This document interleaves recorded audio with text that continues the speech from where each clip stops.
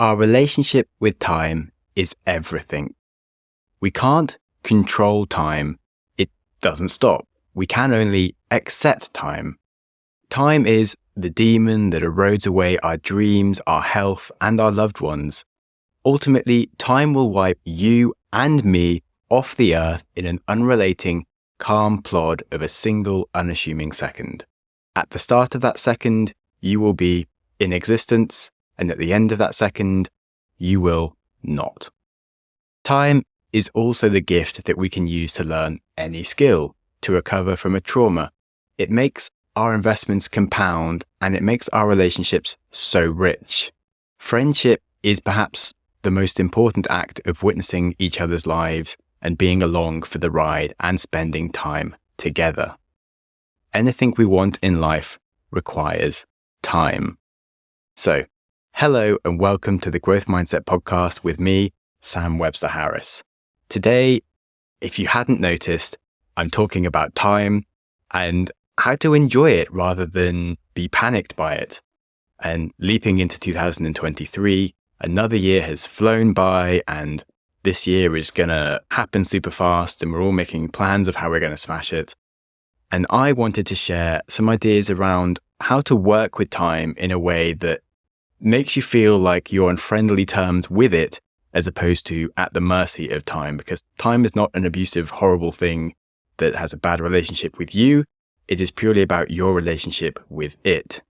And time is, after all, our most precious resource. And as William Penn said, time is what we want most, and yet it's what we use the worst. So, firstly, I think it's important to focus on the fact that time is the medium in which we exist. And there's a saying that a fish doesn't know it is in water, and that is where it does everything. And we use time to work, to see friends, to exercise, to write, to learn an instrument, to make love. We simply are in time. Just like we are in the air. We breathe air to stay alive and exist, and we need time to exist. So you really should be nice to time, because any frustrations that you have with time and how you use it is not time's fault. It is our own fault. Time does the same thing every day, day in, day out, moment by moment. It just happens. We can't make time behave any differently. It is up to us to behave differently. So anything you want to achieve is possible by using time correctly. And accept that the only reason that you don't see the results that you want is that you aren't doing the right work with time. So we do need to just be humbly aware of our own weaknesses and find ways to complement them to amplify our strengths, rather than blaming our lack of time or other problems. So use each day as an opportunity, because that's what it is, an opportunity to push yourself in the right direction, to make the healthy choices towards your dreams whilst being in the moment and enjoying the abilities that you have. In the book 4,000 Weeks by Oliver Burkeman, which is regarded as a bit of an anti-productivity book, he talks about the fact that we have been granted the mental capacities to make almost infinitely ambitious plans, yet we have practically no time at all to put them into action, because ultimately productivity is a trap. Becoming more efficient just makes you more rushed, and trying to clear the decks simply makes them fill up again faster. Nobody in the history of humanity has ever achieved work-life balance. I spoke about this on the podcast before, that we should be seeking work-life integration, and see the work-life balance episode about that. But whatever work-life balance might be, you certainly won't get there by copying the 6 things successful people do before 7 a.m. The day will never arrive when you finally have everything under control, when the flood of emails has been contained, when your to-do lists have stopped getting longer, when you're meeting all your obligations at work and your home life, when nobody's angry with you for missing a deadline or dropping the ball, and when you finally become this fully optimized person, you can perhaps at long last really turn to the things that life is supposed to be about and relax. Well, it's easier to start by admitting defeat, because none of that is ever going to happen. But you know what? That is excellent news, because you shouldn't expect it to happen. And when you stop expecting things, they'll stop annoying you. And so on the subject of being friends with time, some questions that I thought of that I think will help you understand where you're at with it. So let's say on your birthday, are you perhaps a bit sad and mopey and worrying about things? That means you are not friends with time. Are you, in fact, happy and excited to celebrate your birthday and this time? Well, that might mean that you are better friends with time, and that's a goal to aim for. Another question. When you're asked what you've been up to lately, do you immediately start by just talking about how busy you are?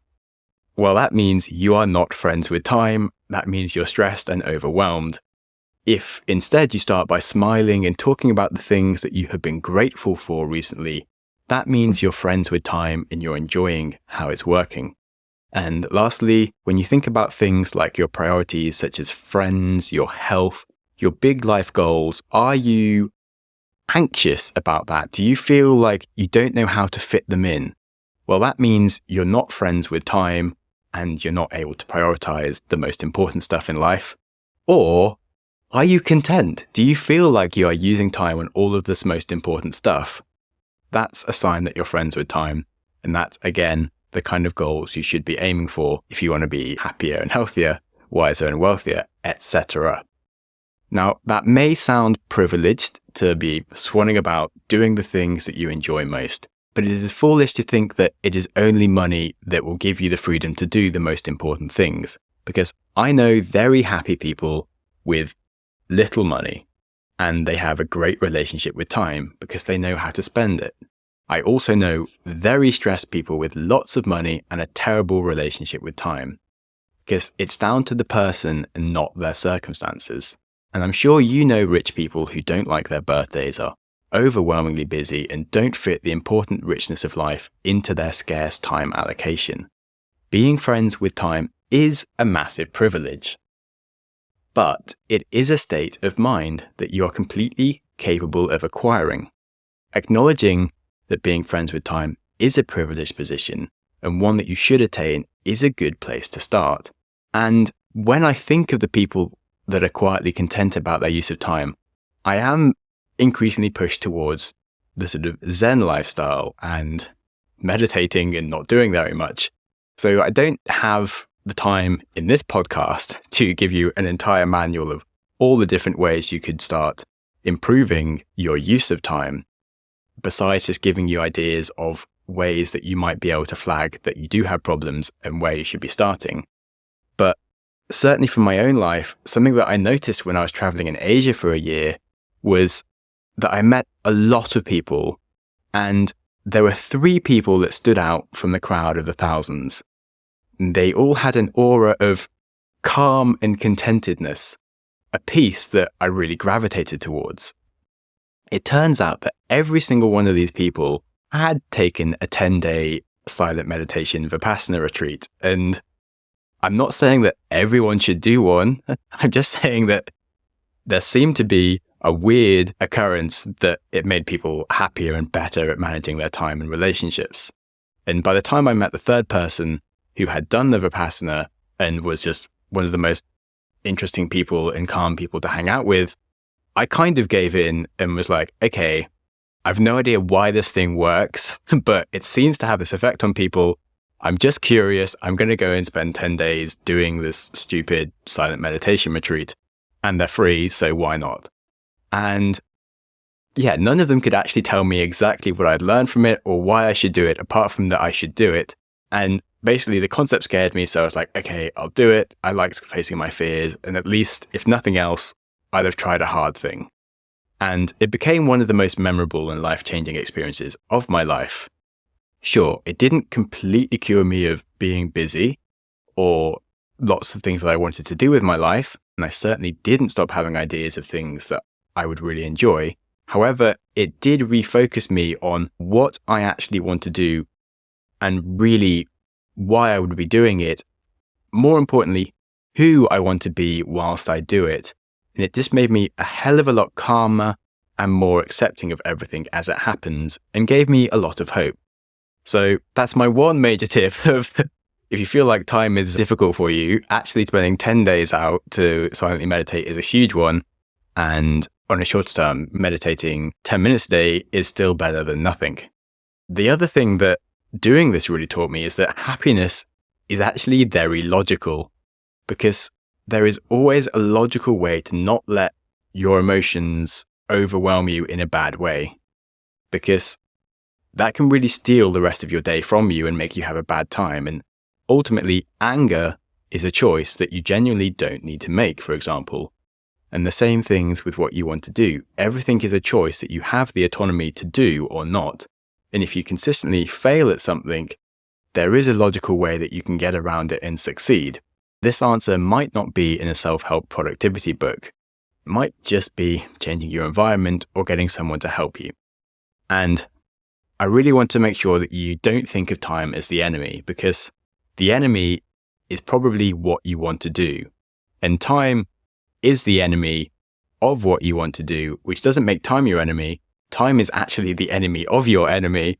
So you should be working with time against your enemy of all those things that you're trying to do, because time is how you will do them, as I first started by saying that time is the medium in which you exist and that you do everything. So you always have to work with time, and it always has to be your friend and not your enemy. That sounded a bit strange saying that out loud, but I hope you got it. And as I said, I'm not here to give you all the answers today, except to let you know that they exist and you can find them logically by giving some time into working them out, because time is a brilliant gift, but it is limited. So you must keep yourself aware of how you use it and just keep improving through attempts and learning.